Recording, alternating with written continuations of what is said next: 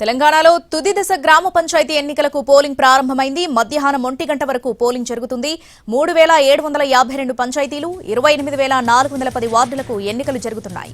36483 polling కేంద్రాల్లో polling జరుగుతుంది. ఎన్నికల నిర్వహణ కోసం 1,00,000కు పైగా సిబ్బంది విధుల్లో ఉన్నారు. చివరి దశలో 53,06,401 మంది ఓటర్లు ఓటు హక్కు వినియోగించుకుంటారు.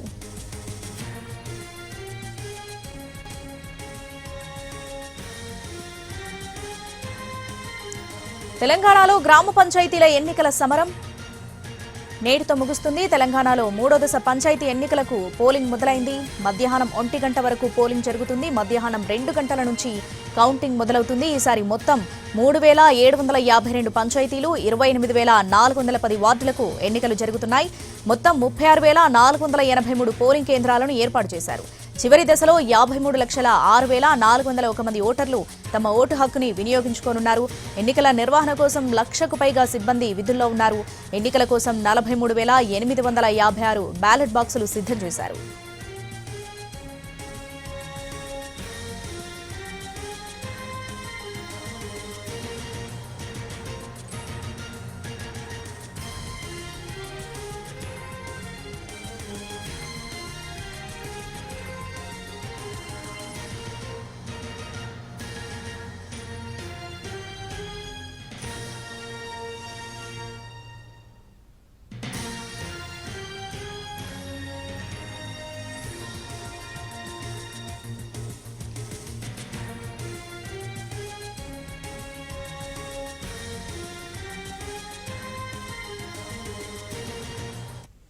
తెలంగాణలో మూడో దశ పంచాయతీ ఎన్నికలకు పోలింగ్ ప్రారంభమైంది. దీనికి సంబంధించి పూర్తి అప్డేట్స్ మా ప్రతినిధి భాస్కర్ కరీంనగర్ నుంచి లైవ్ లో అందిస్తారు. భాస్కర్, అక్కడ పోలింగ్ ప్రారంభమైందా? డీటెయిల్స్ ఏంటి?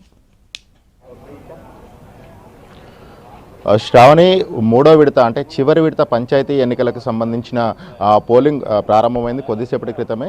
ఈ పోలింగ్ మనం విజువల్లో గమనిస్తున్నాం. ఇప్పటికే పోలింగ్ ప్రారంభమయ్యే సమయానికే ఓటర్లు అయితే క్యూ లైన్లలో నిలబడ్డ పరిస్థితి ఉంది. కొద్దిసేపటి క్రితమే అభ్యర్థుల సమక్షంలో అటు వార్డు సభ్యులు కావచ్చు, ఇటు పంచాయతీ సర్పంచ్ల అభ్యర్థుల బరిలో వారి ఏజెంట్ల సమక్షంలో మాక్ పోలింగ్ అయితే నిర్వహించారు. ఈ మాక్ పోలింగ్ నిర్వహించిన తర్వాత ఈ అభ్యర్థులు ఎలా ఉంటుంది ఓటింగ్ ఏంటనే విషయాలన్నింటినీ వాళ్ళు అక్కడున్న ఏజెంట్లకు వివరించారు.